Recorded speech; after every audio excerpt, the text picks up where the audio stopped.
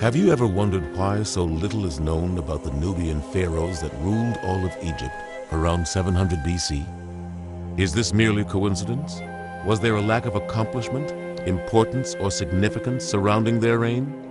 Or is this absence of information contrived, premeditated, or purposeful? Is history being ignored or whitewashed? If so, why and by whom? Is there a religious connection? Is there a racial consideration? Or is it both? Where are we in the religious discourse pertaining to these rumors? Is it not significant that of the 4 pharaohs specifically mentioned by name in the Bible, Taharka, a pharaoh of this dynasty, is one of them?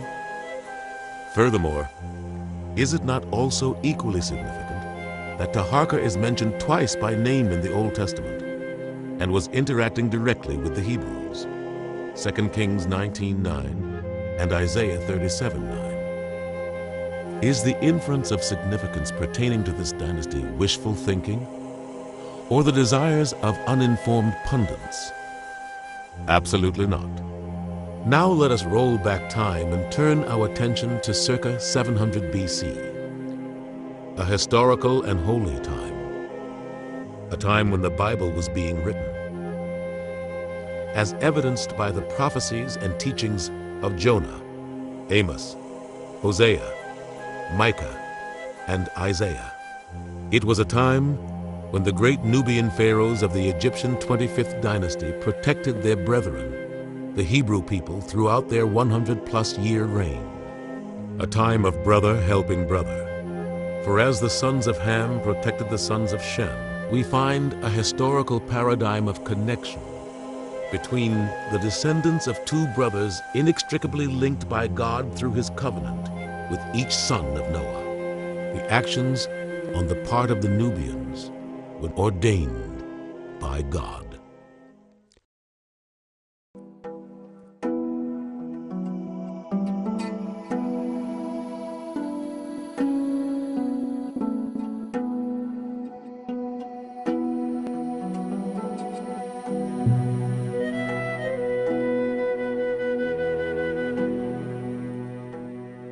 Around the period of time the Old Testament was written, one has to understand that perhaps one of the most powerful countries in the world at that time was Egypt, or Kemet. Egypt during that time was ruled by a series of black pharaohs from Nubia. That was the 25th dynasty. Why is this important? First and foremost, to adjust historical accuracy and to correctly link periods of human evolution. This missing chapter is critical in understanding man's anthropological, historical, religious, and social evolution. In our Western culture, the contributions of black people are tied directly to slavery in the Americas and its aftermath. Every other group's nationality and culture have well-documented archival information that provides clear and concise connections and links to their forefathers. We have this painting of Nubians as somehow barbaric, somehow less civilized than Egypt. But in fact, what we know from the depictions of Nubian kings and the elite, the tombs, like the tombs that we're finding at Tombos, we know that Nubians led a sophisticated lifestyle, every bit as sophisticated as Egypt during the time of the Nubian dynasty. So the 25th dynasty actually marked a major turning point in the history of the Nile Valley. It's becoming more and more apparent that Egypt is Nilotic. It's the Nile River Valley, and the Nile River Valley not only flows from Nubia to Egypt into the Mediterranean, but the migration of population was northwards. So the point I'm making is that where does Egypt begin? In all likelihood, it begins in Nubia. I'd like you to consider the following points of anthropological and scientific fact. The African continent is the birthplace of mankind. The human race is of African origin. Man's evolution was Nilotic, progressing from south to north. Since ancient Africa was a savanna, man's rudimentary foundation of civilization started here. Recent DNA research by the National Geographic have proved conclusively that man evolved from the Great Rift Valley and parts of Tanzania. It is without question that many of the early Egyptian rulers were black.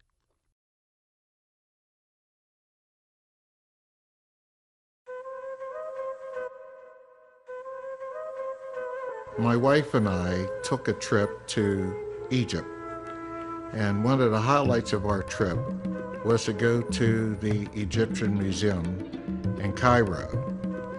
And in the museum, they had artifacts from every dynasty in Egyptian history, with the exception of the 25th dynasty. In fact, they skipped the 25th dynasty and went directly to the 26th and 27th dynasty, the Greek dynasty, the Ptolemy dynasty. Now, I wonder, why was that such? Well, in the 25th dynasty, there's no dispute that that was a dynasty that was controlled, and the pharaohs were all Nubians, black Africans. But yet and still, this dynasty was totally skipped and not acknowledged in the Egyptian Museum. When you look at Egyptology and you go to any book on Egyptology, the first thing you will find omitting is Ham. And that's odd, because Egypt is called the land of Ham in antiquity. But you do not hear that mentioned in Egyptology. Why is that? Because if you mention that there was a Ham and this land of Egypt was called the land of Ham, then the pharaohs were black.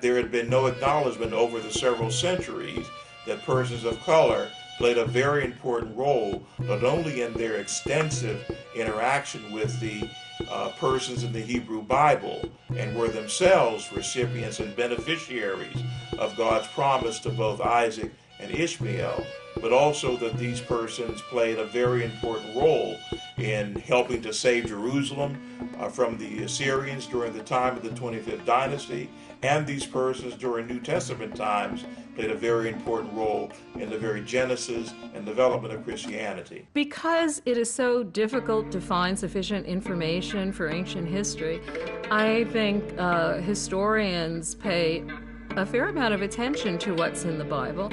And because of that, it's not always so difficult to distinguish the more sort of theological presentation of what Yahweh did as opposed to actual historical events. And so the Bible is quite an amazing history book. It's because the black pastors did not take enough time to study scripture enough to find the line of Ham in the Bible. When you study the genealogical charts in the Bible from Ham, you can find exactly who was black. From the line of Ham to the line of Cush, Nimrod was the first king in human history, a black man. He's a king. The first queen mentioned in Scripture was the queen of the Ethiopians, the queen of Sheba, queen of the south. She was a black woman. The first princess in Scripture was the princess that found Moses floating down the African river Nile. She was black. So the Nubians play a very, very important role in biblical history during this time. As kings of Egypt, they formed an alliance with Hezekiah in Jerusalem, the king of Judah, who himself was fighting against the Assyrians and trying to ally with a number of smaller states that were located in the Levant against the threat of the Assyrians. But it is also an aspect of really understanding that Egypt has been a very important part of the history of Israel.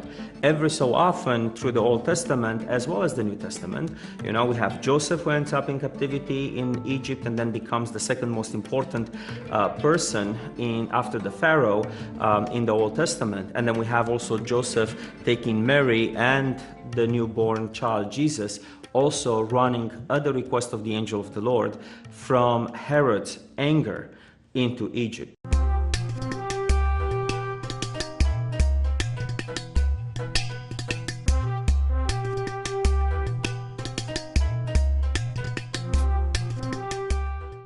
In this generation where the Bibles are being retranslated so that the common man can understand them for better versions, the well-known word of Ethiopian has been replaced and supplanted by the word Cushite.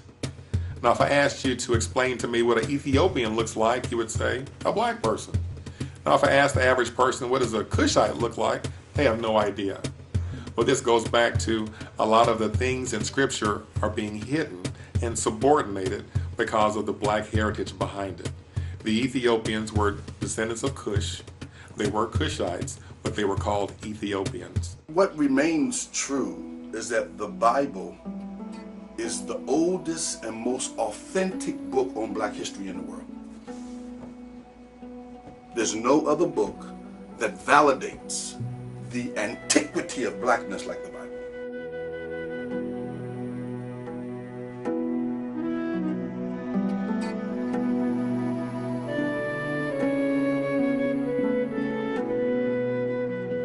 A lot of great men in Scripture were indeed married to black women. David, Abraham, Moses, and Solomon. All four had one thing in common. They all four had Nubian wives. There is no way that the religion of Abraham, David, Moses, and Solomon would allow them to marry a non-Hebrew. The importance of Nubian wives is a very strong indication of their religious proclivities. It is well known that Abraham was mated with Hagar, and from this union came Ishmael. But also Abraham was married to Keturah, a woman of African descent. And it was her line that produced Jethro, whose daughter Zipporah was married to Moses. David, it is well known, was mated with Bathsheba, and Solomon was their son. Now, these are just few of many examples that one can cite from black biblical history that showed the very close and intimate interaction between the Hebrew people and persons from Africa. When I looked at Acts, the 13th chapter, I was surprised that the Bible says that when they were ordaining the Apostle Paul, that there were African bishops who laid hands on him and sent him into the world to open up the gospel into what we know as Europe. One consequence for the rise of Western civilization, particularly the Atlantic empire, the Atlantic world empire of the major European powers, was the rise of the enslavement of not only Indians but also persons from Africa. And as whites entered the role of scholars and major interpreters of the Christian tradition, there was obviously a vested interest, in a sense, to whitewash the role of blacks in biblical history, and also to sanitize Christianity so as to make it appear as a totally white religion, forgetting that many of the persons who were referred to explicitly and overtly in the Christian scriptures were persons of color.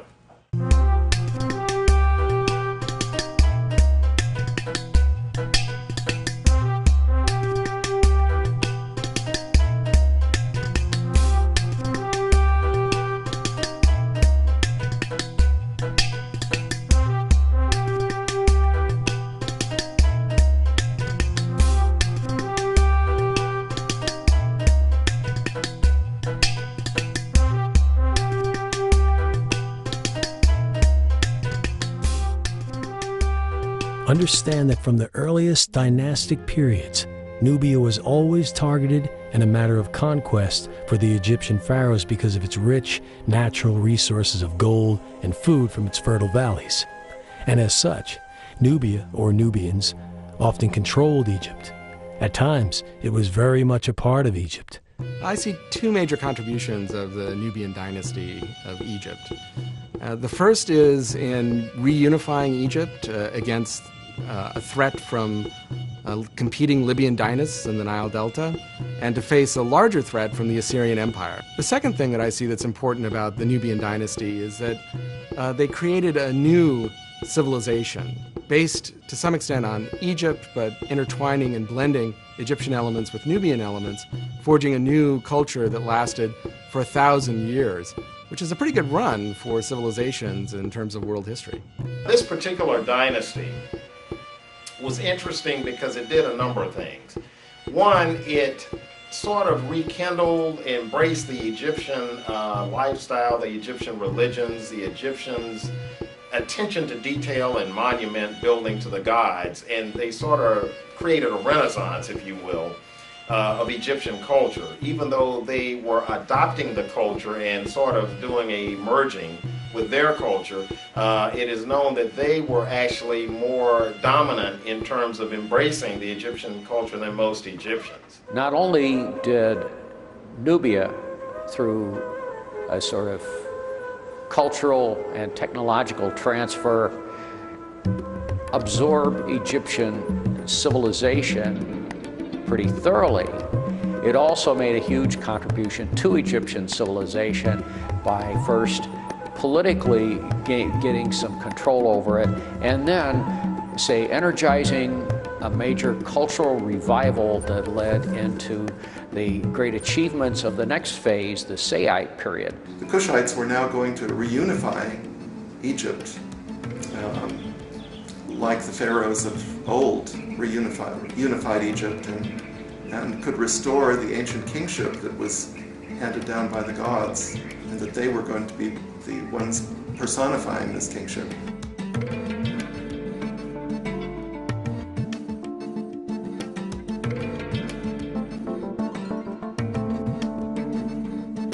And the Libyan anarchy was a scandal. That is, pharaonic culture is not supposed to be split up into all these little things. It's supposed to be united. It's supposed to be strong. That's a religious duty. The Kushites may very well have been aware of the rising power of Assyria and its intentions to move westwards. Now, how would they know about that is there were Kushites serving in the Assyrian military. Kushite horse trainers and charioteers. So once they retired, they could easily come home and bring the word to the Kushites that, you know, big trouble's on the horizon. The Nubian dynasty that conquered Egypt in the late 8th century BC can be traced through a series of royal tombs at a place called El Kuru, which is near the fourth cataract of the Nile. And you see these tombs evolving. We don't know the names of the people who are buried there. Nothing has survived, but we can see that this tomb sequence, which probably began about maybe 900 BC, the earliest tombs are tumulus graves. They're round mound graves with pits underneath them where the body was buried. Tomb by tomb, they slowly evolve, or actually I should say they sort of rapidly evolve with Egyptian characteristics. There's a sequence of 14 tombs, and they seem to be husband and wife pairs. The earliest one of these rulers or chiefs that we know by name was a man named Alara.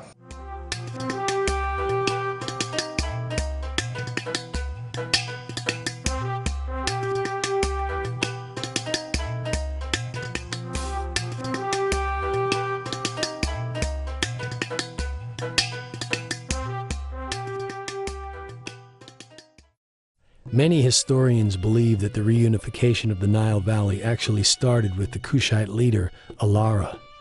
Though historical evidence is sketchy, he has been referred to by some as the Kushite Pharaoh Alara, and the first pharaoh of the 25th dynasty. According to archaeologists, it is evident that Alara unified all of Upper Nubia from Meroe to the Third Cataract, thus initiating the unification process.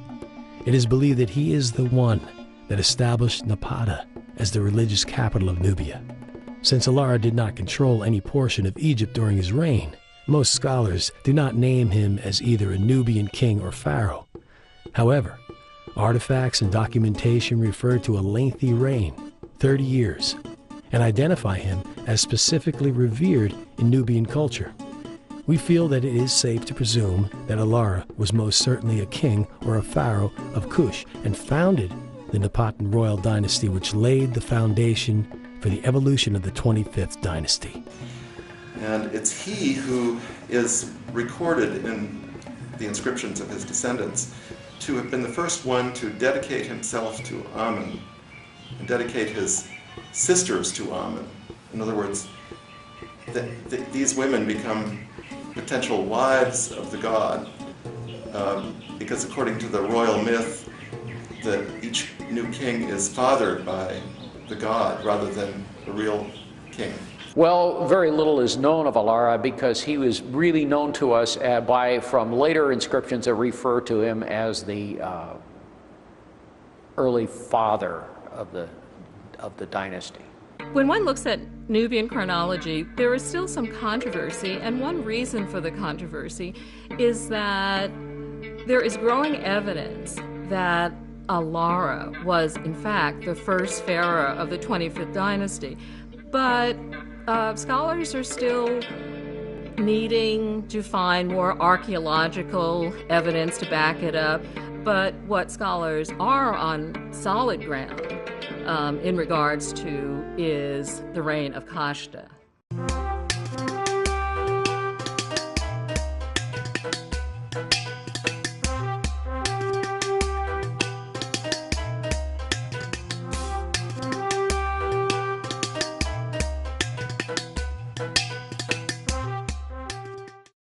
Third Intermediate Period Ancient Egypt, a time of anarchy, a time of disarray, a time of acute turmoil. Some historians believe that the actual reunification of Egypt began with the Kushite king Alara, brother of Kashta, and that upon his death, Kashta assumed control.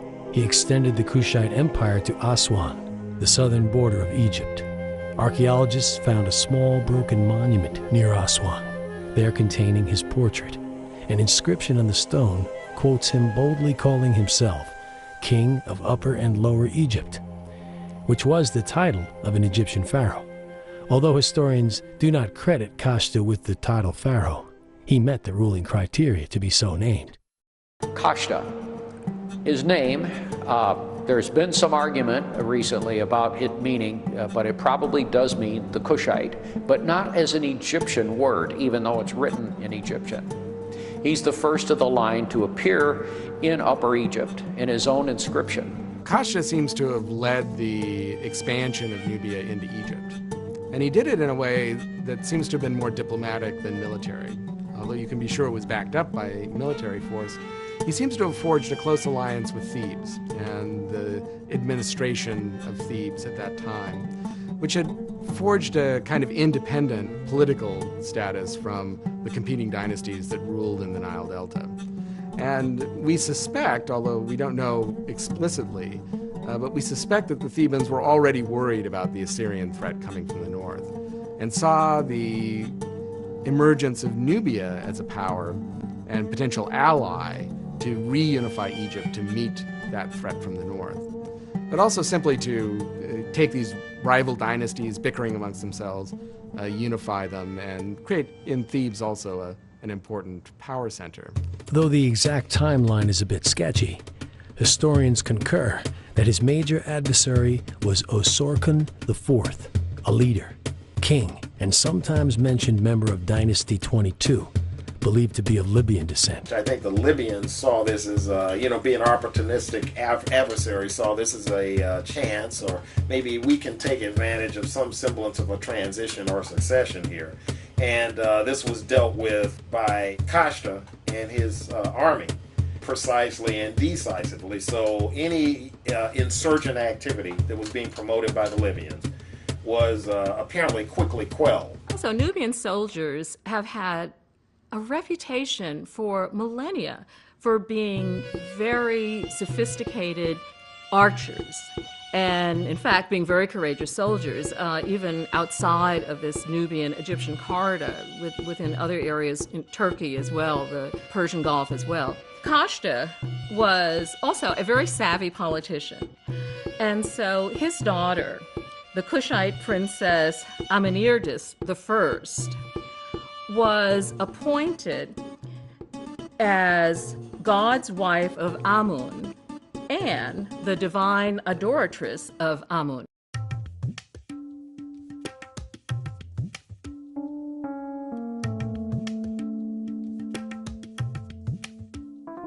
One of the most interesting figures of the 25th dynasty is Amenirtis, who held the title of divine adoratress of Amun at Karnak.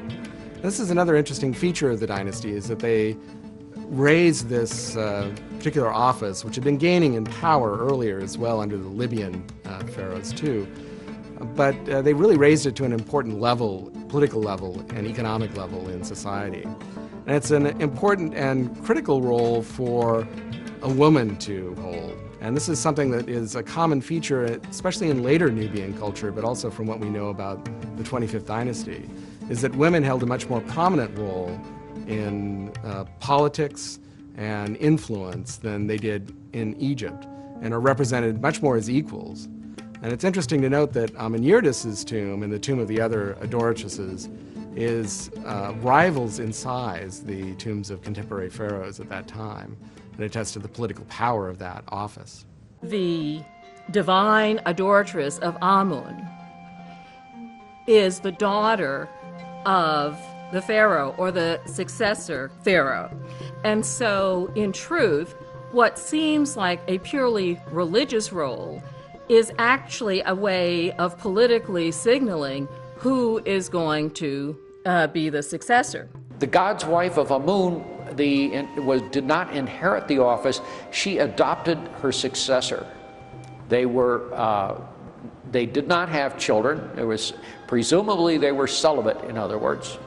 And they lived a long time as a result of a lack of exposure to the dangers of life, particularly childbirth. The power of the high priestess is not a role that we would be familiar with within our contemporary society. But think of the role of the Pope, for instance, in terms of the enormity of that individual's power. The particular cult of Amun was extraordinarily wealthy because it had control of large expanses of lands and farms and the taxes from them and so forth. As a consequence, it was the high priestess who made determinations in terms of, are we going to invest in irrigation projects? Are we going to build new temples? So forth and so on. What are we going to do about unemployment? I mean, there were very practical economic issues even at that time. And the high priestess was right in the middle of it. To further the political connection with the Egyptian religion, the pharaoh presents himself the equivalent to a pope. Scholars believe that the word icon is a better translation of a description of God's messenger on earth. This literal interpretation would indicate that because this person is the head of the religion, that unequivocally makes him or her royal. We don't know, we don't have physical details of what she did. In other words, we don't have instructions or edicts or legal documents that she signed or things like that.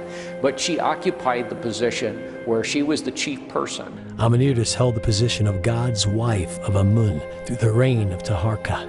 It is important to note that historians believe she was the chief advisor to the pharaohs on all matters, and some equate her position to that of a co-pharaoh. The key thing about Kashta, he's also the father of both Pianki and Shabaka, who were the next succeeding pharaohs.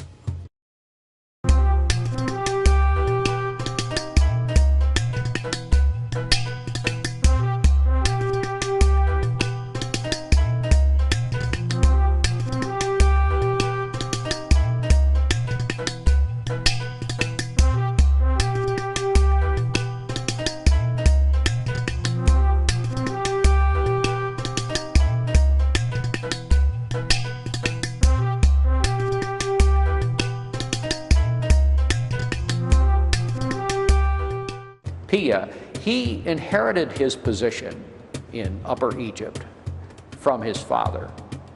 And he was not really intending, apparently, because he did not undertake any action there until his reign was well advanced. Historians believe it was either from 752 to 721 BC or 747 to 716 BC that Palenque officially founded the 25th dynasty. Palenque consolidated Upper, Middle, and Lower Egypt by way of victory at Heracleopolis after a 5-month siege. His victory included the vital cities of Hermopolis and Memphis. While he ruled and resided in Napata, the capital of Nubia, Palenque allowed the local kings in Lower Egypt to rule at will. Palenque is best known as being a brilliant military strategist. His father, Kashta, was able to make many political and diplomatic arrangements, but it was the son who was able to conquer the entire society, civilization of Egypt. First, he conquered Upper Egypt, which is the portion of Egypt closest to Nubia. And his armies kept moving further and further north until he had finally encompassed Lower Egypt as well. It was a pharaoh, a black pharaoh in the 25th dynasty, that finally united the northern and southern areas of Egypt and brought a spirit of unity and tore down racial walls. And Egypt became the most powerful nation at the time because of these walls being torn down.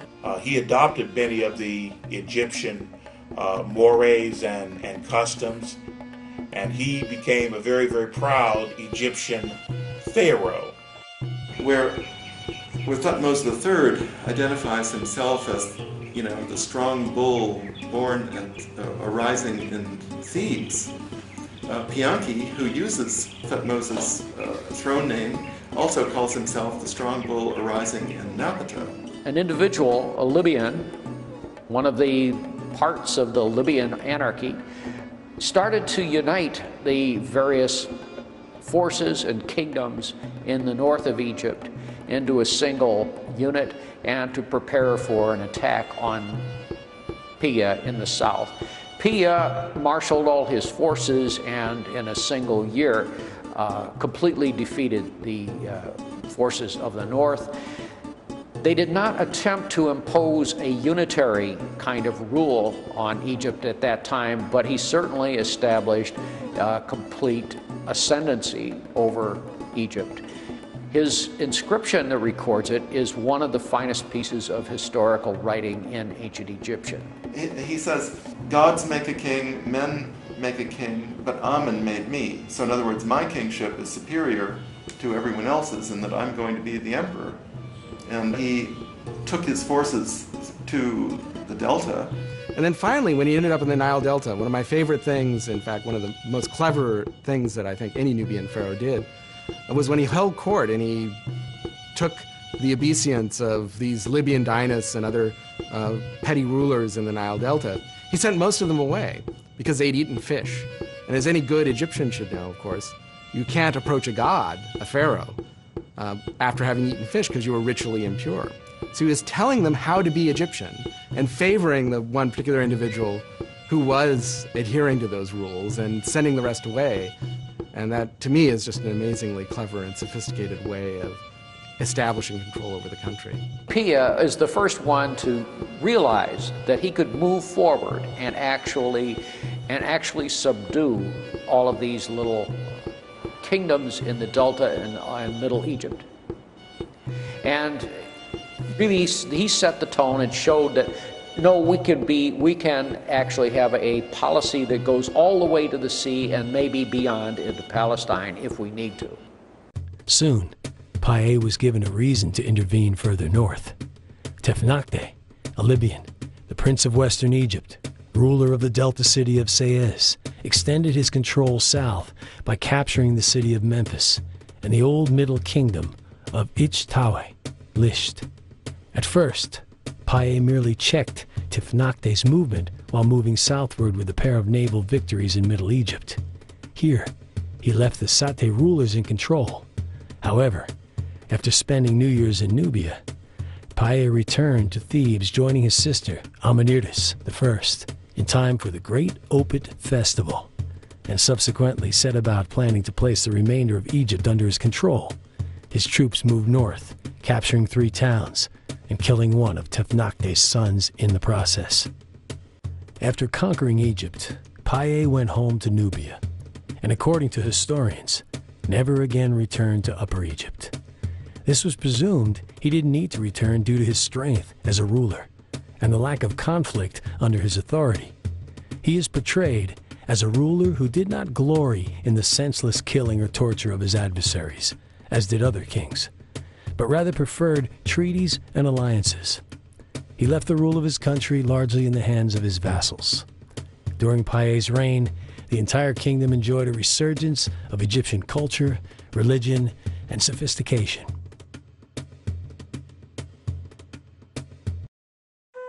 Apparently, when Paye returned south to rule from Nubia, Tefnakhte reasserted his power. His successor was his son, King Bekenrenef, also called Pacorus, who reigned from the royal palace in Sais. The Pharaoh Shabago dynasty ended Bekenrenef's reign and attempts to assert Libyan power over Egypt in 715. Bekenrenef was reportedly buried alive.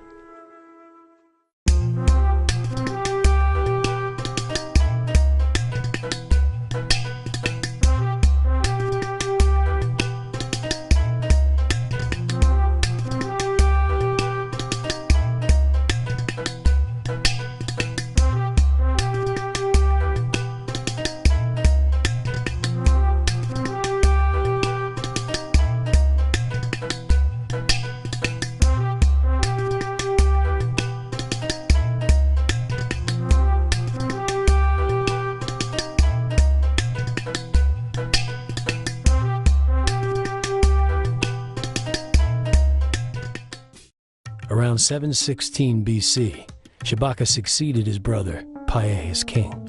The Kushites created a new tradition of regal succession, not from king to king's son, but from king to brother to king's son. Shabaka recognized the mistakes his brother made in ruling from the south and set forth on a course to reconquer all of Egypt and to rule from the north. Shabaka was crowned pharaoh of both Egypt and Kush upon the death of his brother Paenki. It is presumed that he was crowned in Napata and that the Egyptian princess of northern Egypt revolted. Let's assume to take advantage of the transition of power. Shabaka reinvaded Egypt, denoted Memphis as the capital, ruled from there, and established diplomatic relations with the Assyrians in Nineveh. Some historians reference that Shabaka ruled from Thebes, and others believe there existed dual capitals. With the ascension of Shabaka, Egyptian and Nubian history became one. Shabaka, his name in itself means beautiful is the soul of Ra. He was a powerful leader, but he was also a very cultural leader. During Shabaka's reign in the 25th dynasty, there was much building, there was much construction that went on. In fact, during this period, the Nubians built pyramids. Paye, upon his death, was actually buried in one of these Egyptian model pyramids. Shabaka was known as the builder of the 25th dynasty, particularly in the city of Thebes. In Karnak, there still stands the pink granite statue of Shabaka wearing the twin crowns of Egypt. He was also credited for the restoration of the gate at Karnak. Shabaka also championed the return to the many ancient religious customs of ancient Egypt, particularly pyramid burials, as further evidence of his embellishing Egyptian customs and mores. The most distinguishing literary documentation of his reign is the Shabaka stone. The stone is a slab of nearly black-green breccia, stone measuring approximately 66 centimeters in height and about 137 centimeters in width. It was incised with the remaining hieroglyphs of a decaying papyrus that was also worm-ridden. He spent a great deal of time in codifying some of the writings that had never been codified or that had been lost, such as what we call the Shabaka stone or the Memphite theology. This Memphite theology is of profound importance because it is the only written presentation of the fundamental theology that governed large parts of ancient Egypt. It appears that Ptah, especially as he was articulated by Shabaka, was one God. That here we're talking about a monotheistic system. And what is becoming more and more apparent is that the attributes of Ptah are in fact the attributes of the God of Abraham, Isaac, and Jacob. Unlike Payanke, Shabaka did not record his many achievements. Therefore, his activities have largely been recorded through the eyes of others. Question: is Shabaka the soul mentioned in the Old Testaments, ruled from Thebes? Do we need to mention his attempt to thwart the Assyrian belligerents by getting Palestine and Syria to revolt?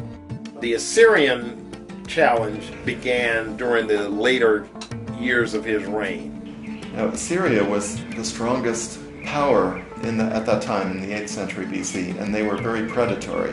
The Assyrians had heavy chariotry, heavy cavalry, and they also had heavy armor, bronze, scaled armor, corselets. You see the Assyrian reliefs, the armor is drawn with great detail. Yeah, Shabaka was the main person who faced off initially against the Assyrians. And through a combination of military power and negotiations, he managed to keep the Assyrians at bay.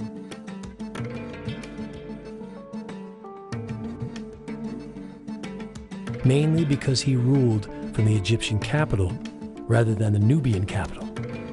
Interestingly enough, this standard doesn't apply to any of the other dynasties. He faced a big revolt in Upper Egypt. The Libyan dynasts revolted again. They stayed in power for enough time for this one ruler to be called the 24th dynasty. But Shabaka did quash the revolt and executed the rebel. Shabaka eliminated the insurrections in Lower Egypt by defeating the Libyan Bekenrenov around 715 BC. To set an example, Shabaka burned him alive to avert any further rival uprisings. Joshua's scripture about burning. Unlike his older brother Pae, Shabaka believed in more of a direct, hands-on rulership. With the assistance of his sister, Amanirdis, Shabaka ruled sternly but fairly. Complementing his style of governance, Shabaka was known as the Builder, and is noted for massive construction projects directed toward rejuvenating Egyptian culture and religion. The overall control that was exerted by Shabaka in the southern portion of the 24th dynasty territory in the northern delta is indicated by the vast array of documented building that he undertook during his reign. Specifically on the West Bank, he enlarged the 18th dynasty temple at Medinet Habu. On the East Bank, he did renovations at Luxor and at Karnak.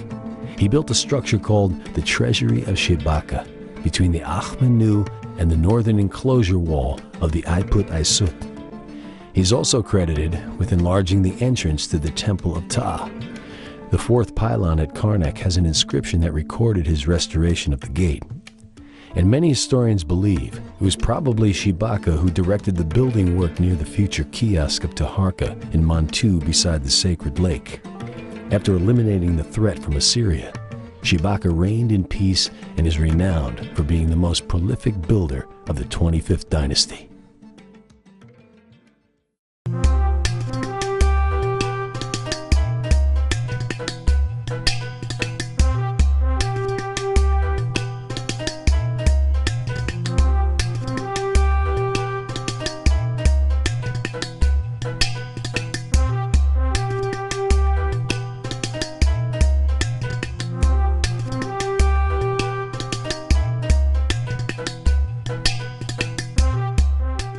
It was Shabitku, apparently, who actually had to fight the Assyrians in their first round of battles. And that was long about 701 BC. there had clearly been an alliance between Hezekiah, Jerusalem, and Shebitko. The king of Jerusalem had cast his lot in with the Egyptians, had put his safety in their hands.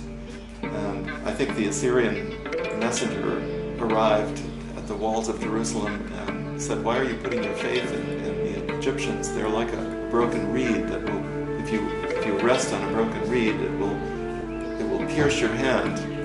At the moment when the Assyrians were besieging and taking Lachish, another town in the kingdom of Judea, the Egyptian army arrived and caught the Assyrians. It wasn't a unified force, they were disconnected. And somehow it was enough to frighten the Assyrians off. And they made some kind of an alliance or a treaty not to attack again. It was kind of a stalemate. The Assyrians were turned back. And even as the Assyrians tried to press into Egypt, they were turned back as well, and put some limits, put some circumscriptions on how far the Assyrian Empire could extend with regard to territory that was claimed both by the Hebrew people and by the Egyptians. As is stated in many ancient texts, the Hebrews revered their cultural, economic, and political relationship with the Nubians and viewed them as follows. Ethiopia and Egypt were their strength, and it was infinite. During a period of almost 100 years, the pharaohs of Egypt confronted and defeated primarily the forces of Libya and Assyria as means of providing political stability, peace, economic growth, and cultural rejuvenation throughout the region.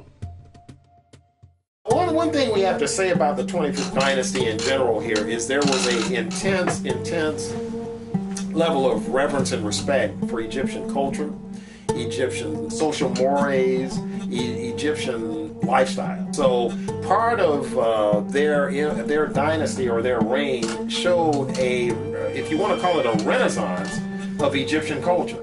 At the death of Shebitku, know that Taharka becomes pharaoh.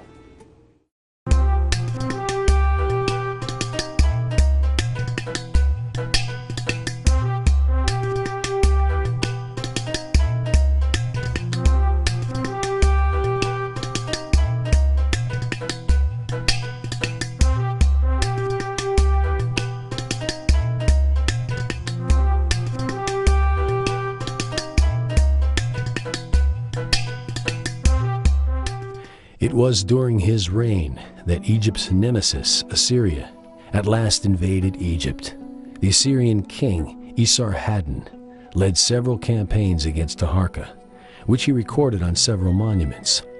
Although many historians point out that many of the victories claimed by the Assyrians were exaggerated, and many were actually Egyptian victories. He ruled all of Egypt and northern Sudan. He ruled the areas of the deserts, the oases settlements, and his sphere of influence extended well into what we call the Holy Land and up the coast of Lebanon. I mean, all of those city-states were vassals to him, and they looked to him for protection. Taharka had an exceptionally long reign. He lasted quite a while, and both in Egypt and in Sudan, he was considered a great builder. So Taharka is one of the greatest leaders of the Nubian dynasty, but a kind of tragic figure as well. On the one hand, he was one of the greatest builders in Nubian history. He renovated temples up and down both Nubia and also in Egypt. He left monuments at Karnak, for example. He also fought against the Assyrians, and here's where he had mixed success. Unfortunately, at that time, the Assyrians decided to come west again, and they took the side of the Libyan dynasts in the Delta. And they've attacked Taharka, but the first attempt was driven off. Esarhaddon's first attack in 677 BC was aimed at pacifying his allies in the Arab tribes around the Dead Sea. This conflict led him as far as the Brook of Egypt. It is generally assumed that Esarhaddon then proceeded to invade Egypt proper in Taharka's 17th regnal year after he had settled a revolt at Ashkelon. History records that Taharka defeated the Assyrians on that occasion.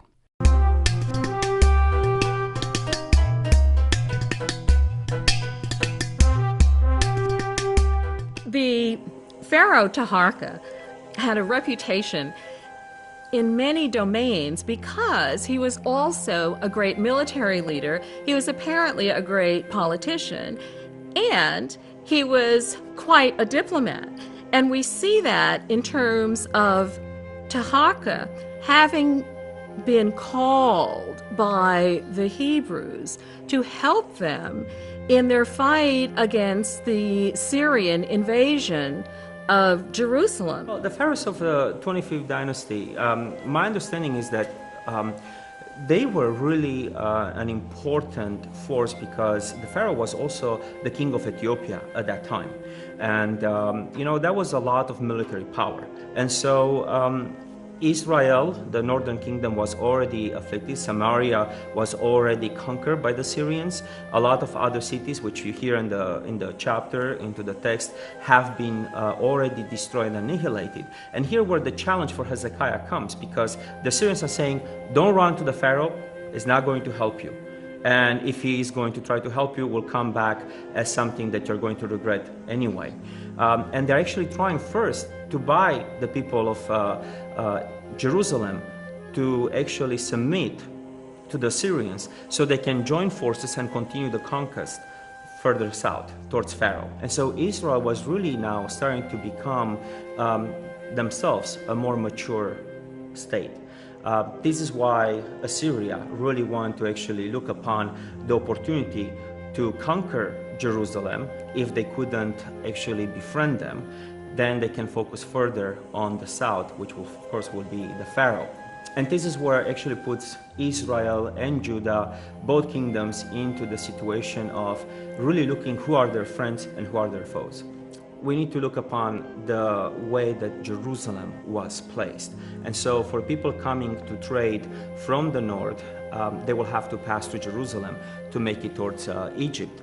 And so it was a very important route. Whoever controlled that route will have had tremendous benefits. There was a threat that if King Hezekiah did not succumb to Sennacherib, then his army would come and demolish his whole territory. When the Nubian armies marched north into Israel-Palestine, they were marching as allies of Hezekiah, attempting to lift the siege of Jerusalem. And I agree, along with some other scholars who suggested that in fact the Nubians played a key role in lifting that siege. And in Isaiah chapter 37, 8 through 9, the rumor was the mighty warrior that united the nations was coming. His name was Taharka of Ethiopia, the southern Pharaoh, was coming to attack Assyria. They met the Assyrians at El-Teka. And the Assyrians, of course, always claim a great victory. Whatever else happened, it would appear that the Cushites did not cease campaigning, the Assyrians did not cease campaigning, but then Assyria left without taking Jerusalem. And apparently the Cushite intervention for the time being succeeded in deflecting the Assyrians. The Bible says that an angel of God smited the 180,000 Assyrians. And the next day, when Hezekiah arose from his slumber and looked over the walls and saw the 180,000, he was astounded. So immediately the Syrian general pulls up all his troops and returns back. That's right. I think it's no coincidence that Sennacherib, after the campaign, the Nubian campaign in the Battle of El-Tek, when he pulls out of the southern Levant, he pulls out for 20 years. And I think that's because he realized that he was overextended, that the combined Nubian and Egyptian armies represented a real threat to Assyrian expansion, and that he had to regroup, consolidate before he could attempt to conquer that part of the world and move on to conquer Northeast Africa.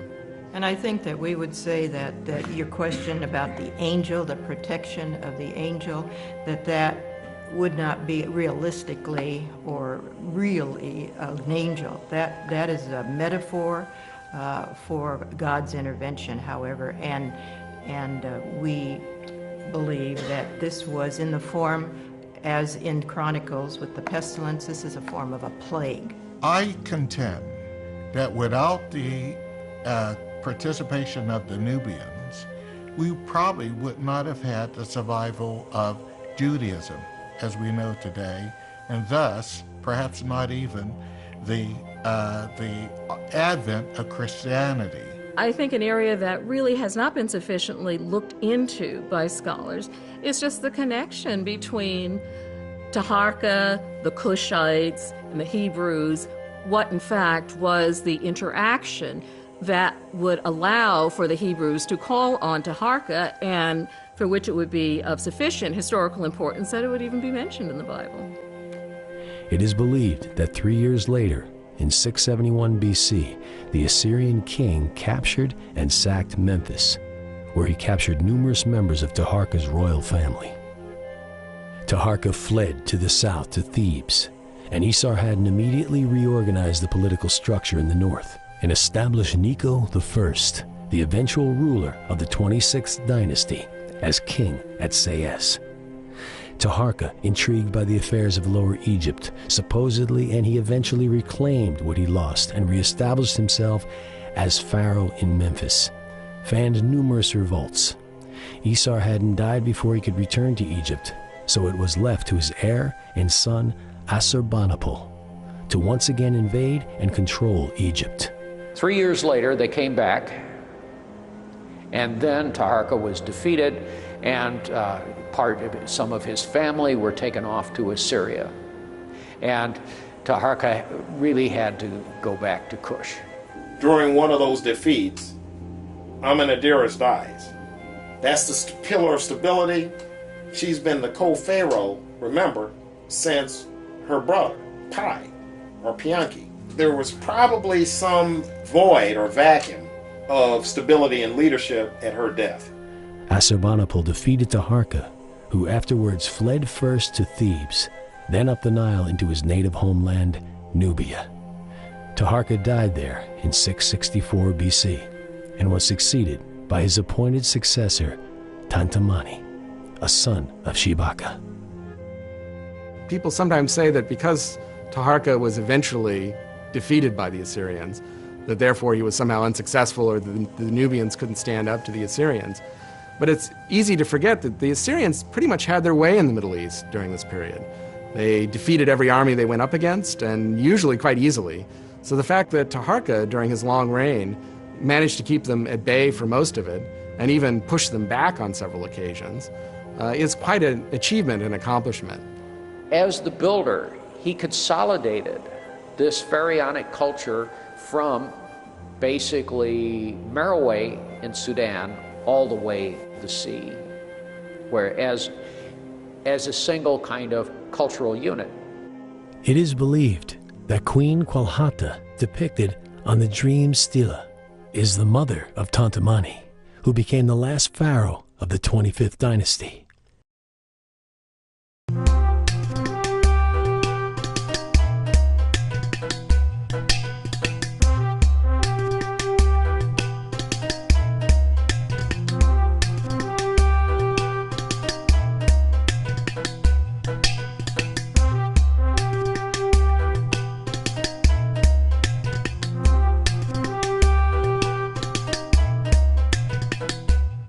Tanutamani, a successor of Taharka, came to the throne and also moved into Egypt to get control over the Nile Delta. Tantamani was the nephew of Taharka. His succession to throne is documented in a dream stela that was found with Paye's victory stela at Gebel Barkal in 1862, currently is housed in the Nubian Museum in Aswan. He is buried in the necropolis at Nuri in Tomb 16. Tanwetamani was the last ruler of the 25th dynasty. In the narrative of his stela, the king is referred to as Lord of Valor like Montu, great of strength like a fierce-eyed lion. It goes on to explain that in the first year of his reign, Tanwetamani had a dream of two serpents, one on his right hand and one on his left. After waking, the king's advisors interpreted the dream, saying that the southland is already thin, seize the northland. His interpretation was that he should bring Egypt back under the control of the Kushite Empire. Historians also assume that at the time of his accession, Tanwetamani was inside Egypt proper. The text on the stela states, "He went from where he was to Napata, Nubia, and there was none who stood up to oppose him." This indicates that he went to the temple of Amun and was acknowledged as god and king. Other texts within the stela confirms that he was at this time in control of southern or upper Egypt, but at the very least was not in control of parts of the north. After ascending the throne, he went north from Nubia, first stopping at Elephantine, where he participated in a festival procession of the god Khnum. From there, he sailed further north to Waset, Thebes, where he once again participated in the festival. Nikau of Sais may have been killed in this battle, but his son, Psamtik, who was loyal to the Assyrians, fled to Asia. After this victory, Tanwetamani honored the god Ta-Sakor and his wife Shachmet in the great temple of Memphis, and afterwards ordered the building of a chapel dedicated to Amun at Napata in Nubia. Tanwetamani apparently spared the lives of the Delta princes, sending them home, but this victory was very short-lived. The Assyrian army marched back into Egypt, and this time they had reinforcements. They not only reconquered Lower Egypt, which is the northern part of Egypt, but they kept moving, and they conquered Upper Egypt. And in conquering Upper Egypt, by then they are pushing out the dynasty of the 25th dynasty. So he was the last king to attempt to take back Egypt from the Assyrians. And for a brief time, he was successful. And this shows the robust relationship between these Nubian kings and the people of Nubia at that time and Thebes. Because the Thebans could have taken the easy way out and resisted Tanwetamani and stayed with their Assyrian allies. But in fact, they felt so strongly against the Assyrians and for the Nubians that they welcomed Tanwetamani back in, supported his campaign against Assyria, and paid the price, because after the successful Assyrian campaign defeating Tanwetamani, Thebes was sacked for the first time. And this was, of course, a tragic moment in Egyptian history, also in Nubian history. And that is mentioned in the Bible, the sack of No Ammon, as they referred to Thebes. It really shocked the ancient world because it was such a great capital. Tanwetamani seems to have continued to be acknowledged as pharaoh in Thebes until his 8th year. There are inscriptions that were discovered at the Luxor that date the installation of priests by his name, which would indicate the Kushites still maintained a large official presence in the city. Paye's daughter, Shepenwepet II, succeeded Amenirtis I as God's wife of Amun, with Taharka's daughter, Amenirtis II, as her designated successor. From the beginning of Tanwetamani's reign, his cousin remained the high priest of Amun, and there exists other evidence of Kushites' continued power within the region. The Assyrian reconquest effectively ended Nubian control over Egypt, although Tanwetamani's authority was still recognized in Upper Egypt until his 8th year, around 656 BC, when Psamtik I's navy peacefully took control of Thebes and effectively unified all of Egypt. Thereafter, Tanwetamani ruled only Nubia. He died in 653 BC and was succeeded by Atlanersa, a son of Taharka. Essentially what happens is that the Assyrians are able to push the Nubians back into Nubia, and they establish themselves as the next dynasty of Egypt. Of course, Nubia certainly does not die at that moment. There is this interesting transformation that occurs. The capital, over the course of the next several hundred years, is moved from Napata to Merowe. Napata at the 4th cataract, Merowe further south at the 6th cataract. And we have this resurgence of Nubian civilization. But it's important to remember that the civilization and the dynasty that they had founded lasted and continued to be powerful in the south for another 1,000 years.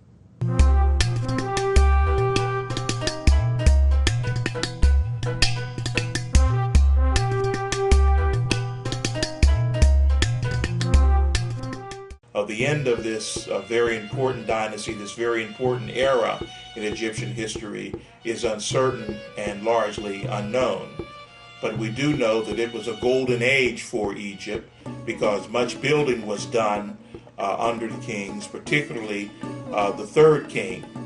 There was much renovation to Memphis and to Napata and to Thebes and other cities in Egypt. And there was a great golden age of architectural achievement as well as cultural achievement during this important 25th dynasty of Egypt. It is a turning point for both Egypt and Kush.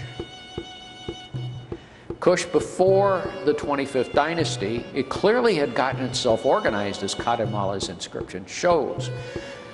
But it had not congealed into a Northeast African power or a monumental state.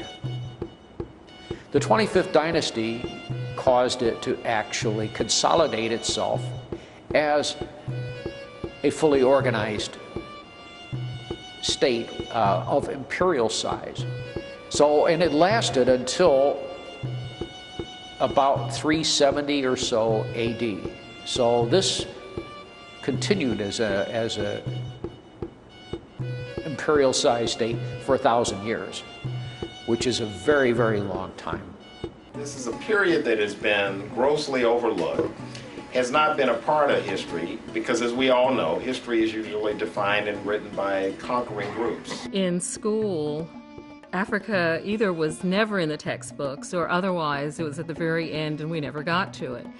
And when I started college, I was really excited about the possibility of really getting into African history, but the problem was I was delighted to be at Harvard, but there was no study of Africa. There was no study of African American history. I think that this particular story begins to tell that whole concept of who we came from, why we were important, and what contributions were made to civilization. Well, one of the things about the Nubian dynasty is that it's tended to be overshadowed by Egypt. And that's the case for Nubian history in general. Nubia was first excavated and kind of investigated by Egyptologists. And sadly, because of both colonial attitudes and racist attitudes of the time, they tended to look at Nubia as in the periphery, in the shadow of Egypt, and that attributed any good things that happened in Nubia, any sophisticated things that happened in Nubia, to Egyptians. And that suited their ideas about sort of superior groups of people. At one point, they even tried to say that the Egyptians were from northern parts and not even African at all. For centuries, literally, European scholars, using no evidence whatsoever, were insisting that the Egyptians had migrated from the Mediterranean. If you look today at the Cairo Museum, the face of the Cairo Museum, you'll see these great marble plaques that are on the walls, and every single dynasty is mentioned, except the 25th dynasty.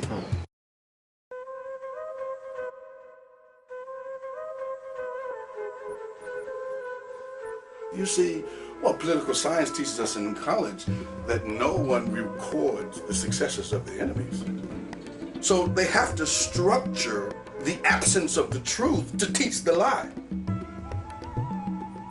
The only way you can teach the lie is to remove the truth. I personally believe that through history there was no justice. What I've understood is that the Europeans in their in their voyages and their archaeological research, and also with Germany, especially with Nazi Germany, exploring Egypt for going into the tombs or going looking for mystical powers in their research then at that time. What I found is that historically they destroyed many of the figure faces of the statues, of the images. When they seen an African type of feature of a pharaoh or a queen or officers or warlords of that time, it seems like they got upset and they downplayed that they were black in origin and they were part of the family of Cush, of Noah. Colonization, slavery, manipulation of wars, manipulation of resources, propaganda, misinformation, misinterpretations of Bible passages, systematic theological deceptions, all kinds of things that have happened over the years for the people to be afraid to be critical in their thinking, to be afraid to even hear God.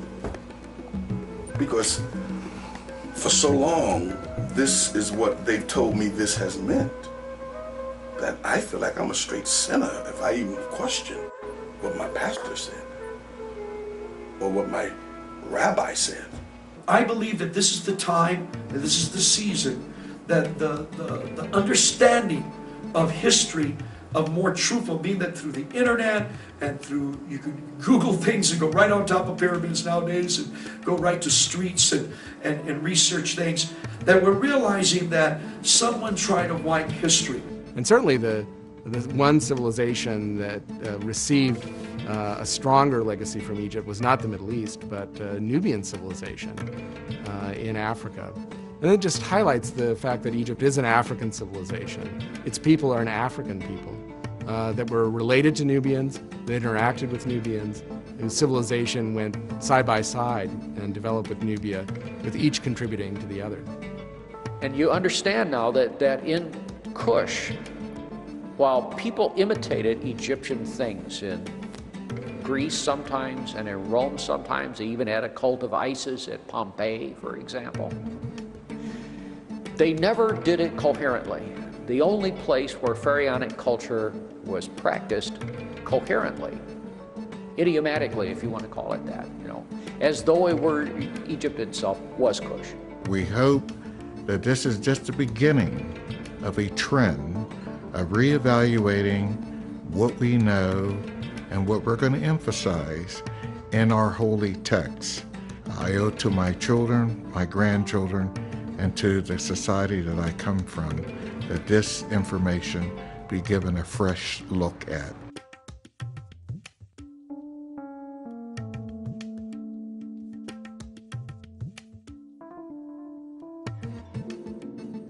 To me, this is such a rich area for serious research because part of the story is not being told. And I think it's the work of historians and others to try to go back and fill it in so that we have an honest story of what actually happened. And not knowing this history, to me, is actually a form of malnourishment that all people have. All of us are suffering from a lack of understanding and a lack of knowledge as to who we are and how we developed and evolved.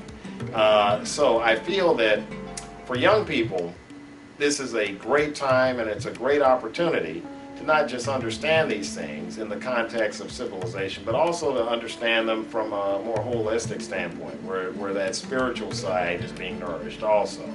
To show that totally diffusing stereotypes of the African continent and African nations, but embellishing on the fact that back in, what did we say, 760 BC, there were benevolent leaders. There weren't just warriors that were running around slaughtering, maiming, raping, and pillaging, but people that were actually ruling over sophisticated societies. The mixability of these two cultures, which is fundamental to the fact that the 25th dynasty arrived on the scene, is something that needs to be pursued more both in Egyptian studies and in Nubian studies.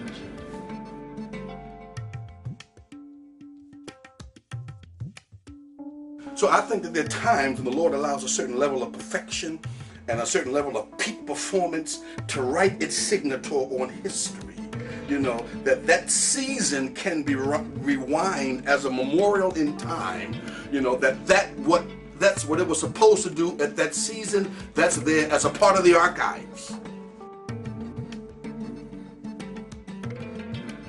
Currently, the Sudanese government has, with the assistance of the Germans, the French, and the Chinese, have built a huge dam about 350 miles northwest of Khartoum, the capital of the Sudan. Now, the Sudan is the region in which the artifacts and the holy cities and the temples of the 25th Dynasty's empire are largely located.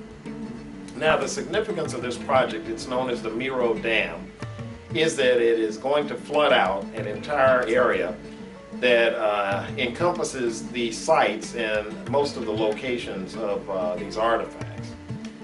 We are aware that the Poles, the Italians, and a group of archaeologists from the University of Chicago here in the U.S. were feverishly working on a salvage dig to basically get as many of the artifacts that they could salvage before the dam became operational. It's our understanding that the operation commenced somewhere in late September or early October of 2008. So this area has now been flooded. There are other remnants of Nubia's empire and Nubian civilization that are down or south of this particular dam, and it is our understanding that the Sudanese government is planning another large irrigation project, very similar to the Miro project, in this area, which is around the third cataract of the Nile River. So the importance here is the fact that this is history. This is a base of knowledge of this civilization that's lost forever. I call upon the French. I call upon the Chinese who have perhaps the longest continuous history of any group of people in the world, that they do more to accelerate the digs and the recovery of information about these people. But maybe there's a lesson in this, and the lesson is rather than wait until someone's about to build a dam, we have to pay a great deal more attention to history without all the biases that makes it so difficult for us to simply study Africa. There was almost no exploration there before the dam was begun. And there was a very intense period of a decade or so where people were working to try and rescue archaeology there. It's not a compensation that the archaeology is now all gone, that we have a great deal to work with right now that we would not have. Of course, a lot was lost, and the ability to go back and check your results is not there. So it does have that negative side to it. What if young African Americans in the hood, what if they really knew that there were people that maybe had the same kind of skin color that they had, or maybe had some kind of historical connection to where they came from, and that these people had developed an extraordinary language.